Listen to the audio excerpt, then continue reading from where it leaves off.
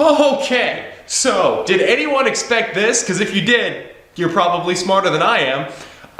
It's been quite a while, kind of. There was a few videos here in the middle, but once again, as usual, because, you know, reliability and or unreliability, I'm reliably unreliable in my YouTube uploading schedule, so I didn't upload for about 8 months, and then it's been a few months since I uploaded again since the last update. I don't know, I'm bad at this. So why? What exactly is going on? I explained this briefly in the second to last or third to last, I don't remember, video that I uploaded talking about basically why there hadn't been an upload, and I guess I'll explain it a little bit more in depth right now. So why did I disappear? So I was filming content, and the way that I did it, if you're interested, is I batch filmed things basically. So I would kind of just like binge film videos over the course of like a week, and then those videos would go out over the course of like the next like 3-4 weeks, whatever it was. I would film them, edit them, upload them to a schedule, then they would upload at the same time every Saturday. You know, it's a pretty normal YouTuber schedule thing, I guess.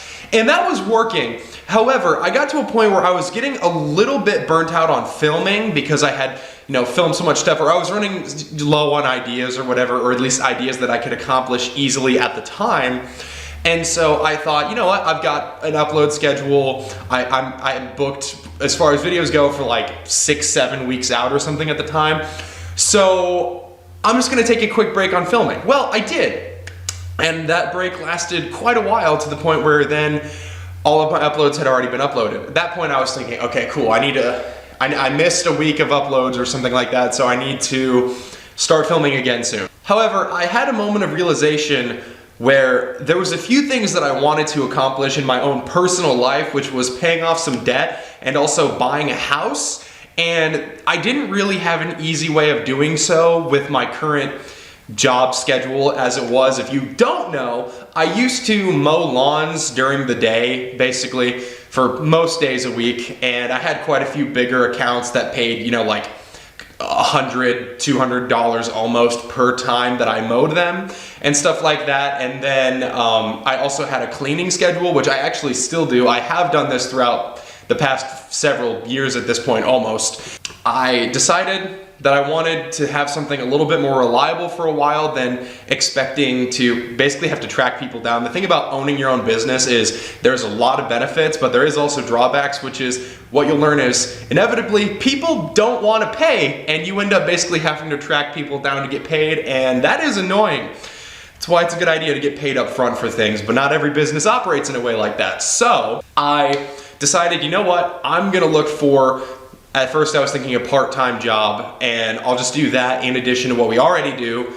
And what I actually ended up finding was a full-time job. So I started working basically shortly after my uploads kind of ceased as a entry-level technician or lube tech, whatever you want to call it. They ended up using me for things other than just what a lube tech would normally do. And I did that for basically the past year. I started on November 22nd of 2021. As I'm filming this, I think it's November 27th, 2022. I'm so wrong, it's November 29th. This shows how fried my brain is. It's November 29th, 2022 as I'm filming this. And my last day at this job was November 25th, I believe. So as I just said, I have had a last day. I am done at that job, which I'll get into in a minute. But basically, I want to briefly describe what it is that I was doing and how it affected my schedule and things like that. Hopefully it's not too boring. I'll try to go through it as quickly as possible, but I tend to ramble, kind of like what I'm doing right now, for instance. So I started this job, and I was doing generally what you do as an entry-level technician, lube tech. It depends on the dealer, what you call it. My title was technically a lube technician. So I was just mostly doing for things like oil changes, tire rotations, the occasional set of tires. Eventually they started using me in particular for a few other things here and there when they needed an additional set of hands for things. I did some basic stuff. I replaced, you know, motor mounts on a car, spark plugs, some suspension components. I did struts a few different times, brakes several different times, all stuff that's really simple and is stuff that I've done before I ever started working there. But one thing that you might know if you've ever tried to get into the automotive service industry is that it's really, really difficult to get a job in the automotive industry if you don't already have previous experience being employed in the automotive industry. For me personally, that made it really difficult because I have worked on my own vehicles pretty much as soon as I've owned them. My dad has always been a huge help in teaching me things like that. My dad is like an automotive genius. Dad, if you're watching this, then now you have more street cred with a bunch of random people that you don't know, I guess. I don't know. But he's taught me a lot of things about cars and everything, and just watching him do stuff in general has taught me a lot. And then I've worked on my own things since then, done things with him and everything. And so I don't mean to sound arrogant, but I think that to an extent, I might have been overqualified to just be a lube tech at this job in reality from my actual firsthand experience. But because I didn't have any actual employment experience in the service industry, then basically no one wanted to give me a shot as anything more than just a lube tech. It's one of those, unfortunately, it's not what you know, it's who you know sort of situations. As much as I don't want that to be true, it definitely is in this situation. So like I said, I was doing that for about a year, and I just recently had a really good opportunity after some things happened in my life that made it feasible for me to go back to being self-employed. So now I am doing a full-time cleaning schedule, and that's what I plan to do for the extended future. So I'm very fortunate to be doing that now for essentially similar amount of money. As much as talking about money is tacky, it's a very unfortunately important part of our daily lives. Same amount of money almost for half the hours of what I was currently doing makes a lot of sense in my opinion. But said things that made it possible for me to do that were basically one major thing. A huge reason why I took this job in general is because I wanted to buy a house. And any of you who have been self-employed or are currently self-employed might realize that is a very difficult thing to do as a self-employed person, because it is much more difficult to prove your income as a person that doesn't get a W-2 to easily show your income to the IRS essentially. So because of that, I thought it'd be much simpler and for me to be able to, if I wanted to buy a house, just have a job that provided me a W-2 and go off of that. So that's what I did, and that is how I was able to buy a house. I am standing in my garage right now. It's super filthy. I haven't done hardly anything in here yet, but this garage will eventually take on a bit of a transformation. I need to get all the lights working in here. Speaking of which, that light wasn't working a minute ago. I wasn't paying attention if that suddenly came on in the video or not, but if it did and you saw that, then I didn't, so you have a better eye than I do. But regardless, I was able to buy a house and was super fortunate about that. And not only was I able to buy a house, I did not think that I was going to be able to buy a house this soon. I was expecting I was probably gonna have to be working at this job for another probably 4 or 5 months at least. So the fact that everything came together, I'm extremely thankful for. I'm extremely thankful for my parents and everything that they've done to help me. As far as like the team that helped me actually buy this house in general, the realtor I worked with, the mortgage loan officer I worked with, they were all super, super helpful. So this all came together because I had people that were willing to be on my side, and that's awesome. And I cannot thank everyone enough for that, especially my parents for being there for me and my wife this whole time and making this possible, because otherwise I just don't think it would have been. So you know what, how about I show you guys around said garage real quick. So this is it. Right now it needs a lot of stuff. This house was previously owned by a disabled veteran, and it did not have a lot of upkeep. The gentleman was not able to get around and upkeep things as well as he probably would have liked to. So there is some work that I need to do. He also had the classic 950 billion nails in each wall, especially that one over there, to hold stuff in. So that's something that I'm going to need to work on. It also has a bunch of different random cabinets of different colors, so I'm gonna try to remedy that. Probably just paint everything a good white, fill up some cracks in the foundation, just to make sure that no water gets in or anything like that. Not that like water necessarily would get in, but some form of moisture or something like that. This is my toolbox right here. This is what I used at my job for the past year. I got some workbenches and whatever. This is my trailer, you know, super, super duper useful. If you can't tell, it's a 2-car garage. I believe it's a 28 by 26, if I remember correctly. So technically by dimension, it could be a 3-car, and I think you could get 3 cars in here depending on the kind of car, but it would definitely be tight with the workbenches and stuff over there as they are. This is my super ghetto filming location, so don't worry about that. But yeah, it's a space that needs some work, but I'm incredibly excited about it. I've wanted to have my own garage, my own space to do something for a long time. 2 out of the now 4 places that I've technically lived at after being married had garages, but neither one of them were I really able to use as a space to work on vehicles. The first one, technically I was supposed to talk to the rental management agency every single time I did anything to my car. I never really ended up doing anything there. The second garage had a gravel floor. That was the one you guys might have seen in a few videos. And that just doesn't really work well for working on. And we only had one side of the 2-car.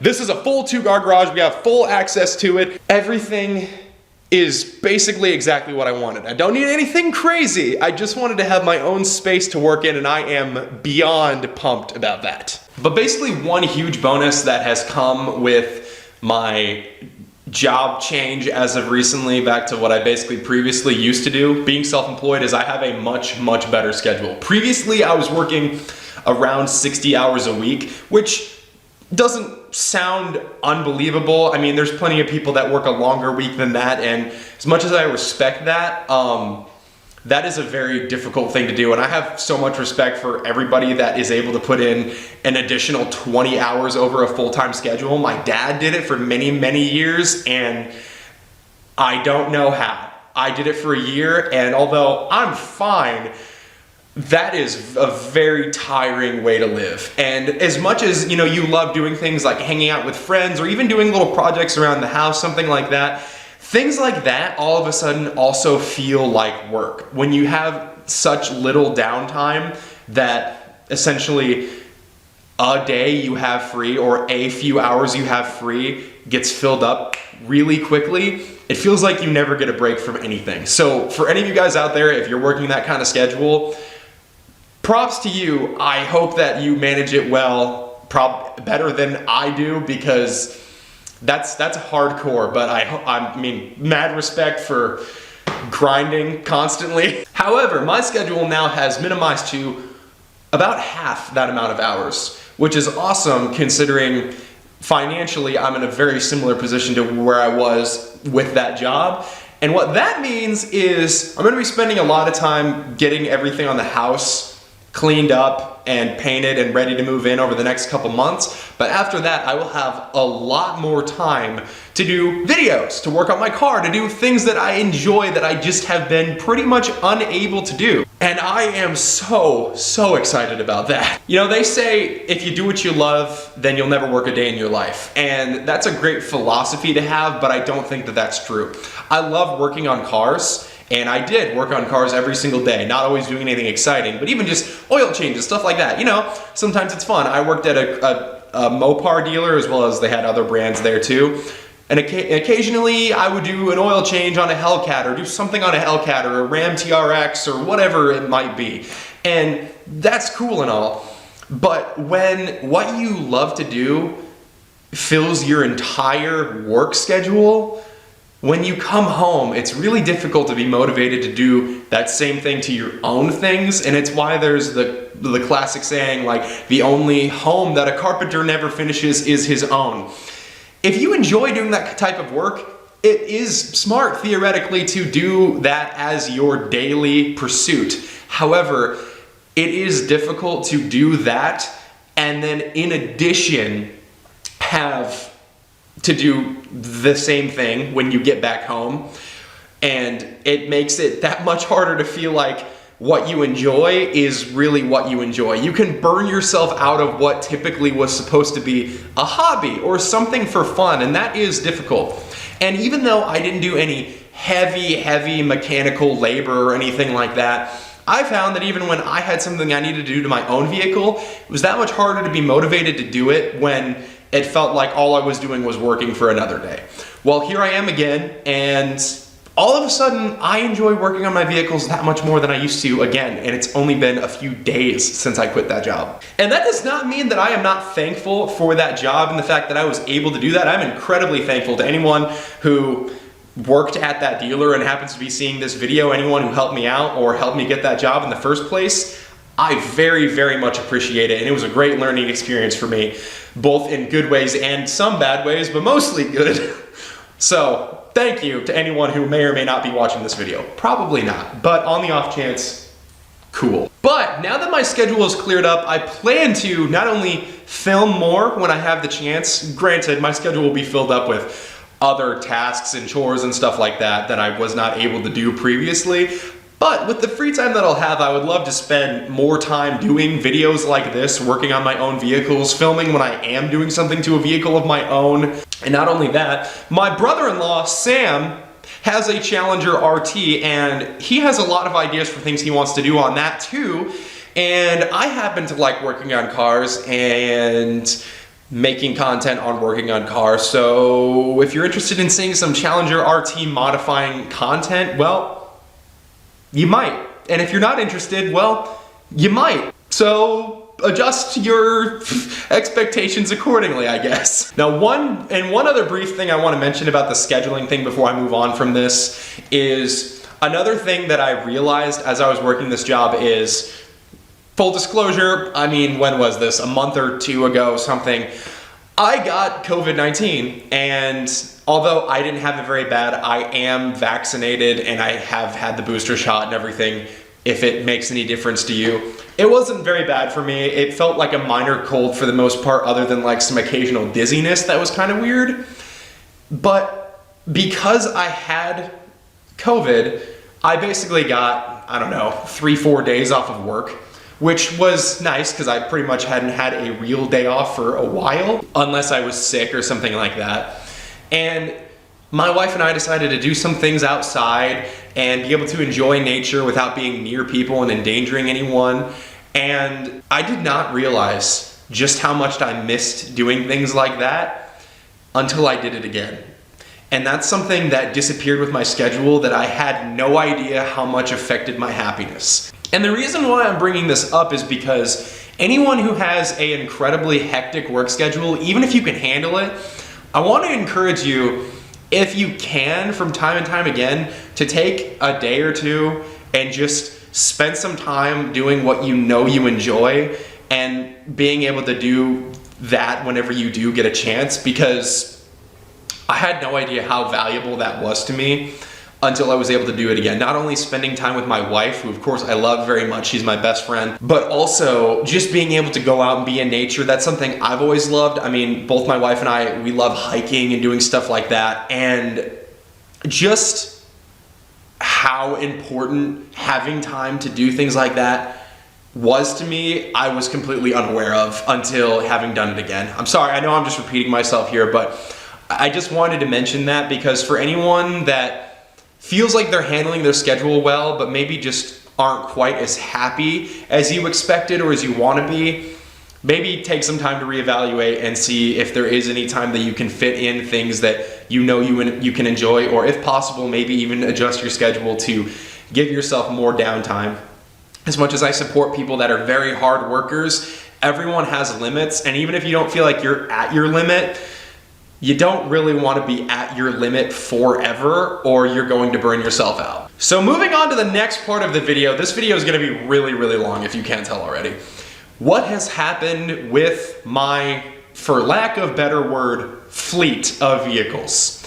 Well, I have, since I have been gone, even since the last video that I uploaded, well, sort of, I have bought 2 different cars and sold 2 different cars. And as much as I normally would wait to say this until a next video or something like that, I might as well just describe to you guys what exactly I did buy and sell, what I still have. So let's talk first about what I have sold and bought. So I decided, after having uploaded videos and everything, that I wanted to get another project to work on in the same way that I kind of originally bought the 350Z for. And since I already had a fun daily driver being the WRX, I felt like I didn't need something that had to be super duper reliable for a project car, just something that I could wrench on and have some fun with overall. And I found a really cheap 1995 Subaru Impreza Coupe. And for any of you guys who have ever looked for those cars, you know that they are incredibly rare nowadays. They didn't make that many of the coupes in the first place, but of what little they did make, pretty much all of them were just driven into the ground like the economy cars that they realistically were. So finding a clean one was very difficult for a reasonable price. Very difficult. And as it turns out, impossible, because the one that I bought was far from clean. I'll put some pictures up on screen of the car right now so you can see it. It was obviously rough. And the big thing is the car ran and drove really good. It was a 5-speed manual and everything, but the body of the car was extremely rough. The overall exterior of the body condition wise, I was okay with, because I was planning on doing a 22B style wide body. That's basically one of my favorite cars of all time. My dream Japanese car, 22B style Subaru. And that was okay with me. However, the rockers on the car were very rotten. Borderline entirely gone. And on the driver's side, the rocker was so far gone that it had rusted fully into the pinch weld on the car in a couple different spots as well, which is bad.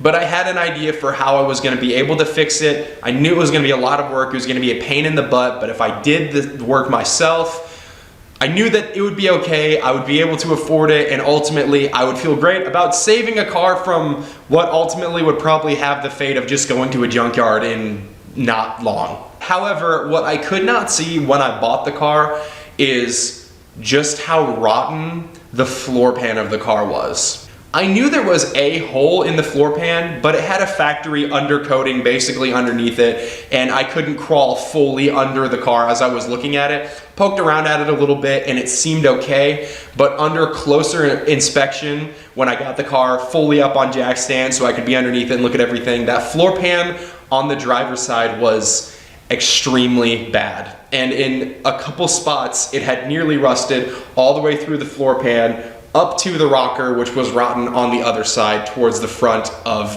where the pedals were in the floor pan, basically. And it's not that that's unfixable for very rare and exotic cars that have just rotted away into the earth. Repairs are done like that all the time, but it is extremely complicated, costly, and time consuming. Although that news disheartened me, I was still willing to stick with the car. But as we got closer to being able to buy a house, we put offers in on a couple different houses before we finally found this one. I figured it would probably be wise to try to get my money back out of that car instead of keeping it, because realistically, I didn't need it. I wasn't using it. It was just sitting at my parents' house for months on end. It wasn't registered. Figured it would probably be smart to just get it out of my hair. Unfortunately, I bought that car. They were asking $1,700 for it. I offered them $1,400. He took it, and I sold it for $1,000 because I was more honest about the condition of the car than the previous owner was. I'm never gonna be the guy that tries to screw someone over to get the last dime out of a car that I'm selling. I'm sorry, I'm just not. If you're willing to do that, good for you. You probably make more money off of car sales than I do, but I just won't do that. So my potential dream Subaru build, I was going to swap in an EJ25 built with a big turbo, STI driveline. I was gonna do all that and basically make the ultimate 90s Subaru that I could. Alas, that plan fell through. I'm not that upset about it. As much as I like the car and as much as I wanted to save it, that was just beyond my depth of being able to reasonably do anytime soon. The guy that bought it though actually has been repairing it. He repaired the floor pan, or I don't know if he's actually repaired it yet, but he sent me a picture of him making a patch for it and everything. He's gonna use it. I'm super happy someone's going to. There's not that many of them on the road anymore, and it would be a shame to see another one of them gone. So that was car one that I bought and sold. Car number 2 that I have bought, I am not going to talk about in this video because it deserves its own video. I still own it. So, I know what you're thinking. You bought another car, didn't sell it. You said you sold another car, I did. And I hate for these videos to, every single update that I have apparently recently is, hey, mainstay of this channel car is now gone. But yes, ripping the Band-Aid off, I sold my WRX. And that was a sad day. Well, let's get into it. So why did I sell the WRX? Well, similar reason to why I sold the Impreza Coupe. I was considering selling it in the future in general to fund another project or another fun car, something along those lines. And it just turned out that as we came up to closing costs were gonna end up being slightly more than I thought they might be. And I figured it would probably just be wise to, because I knew I could sell the car, I priced it reasonably, just try to get my money out of that car, and then as soon as we bought the house, get something new. Spoiler alert, that is what ended up happening. So since last you saw it, here's what I did to the WRX. I'm really sad that I never did get the chance to do any videos on these things, but I, with the help of my dad, we basically just each took a side of the engine. We replaced the valve covers on the car. We replaced the timing belt, water pump. I replaced the clutch slave cylinder and the clutch master cylinder. I replaced the, or not replaced, but as you may or may not know if you're into Subarus, the GR chassis has a really known weak point where the bracket that mounts to the pedals and where it basically has 6 different spot welds where it is attached to the rest of the chassis at the firewall. All of those spot welds had broken on my car, so I did the Humble Rumble, that's the name of the brand, firewall fix to the car as well.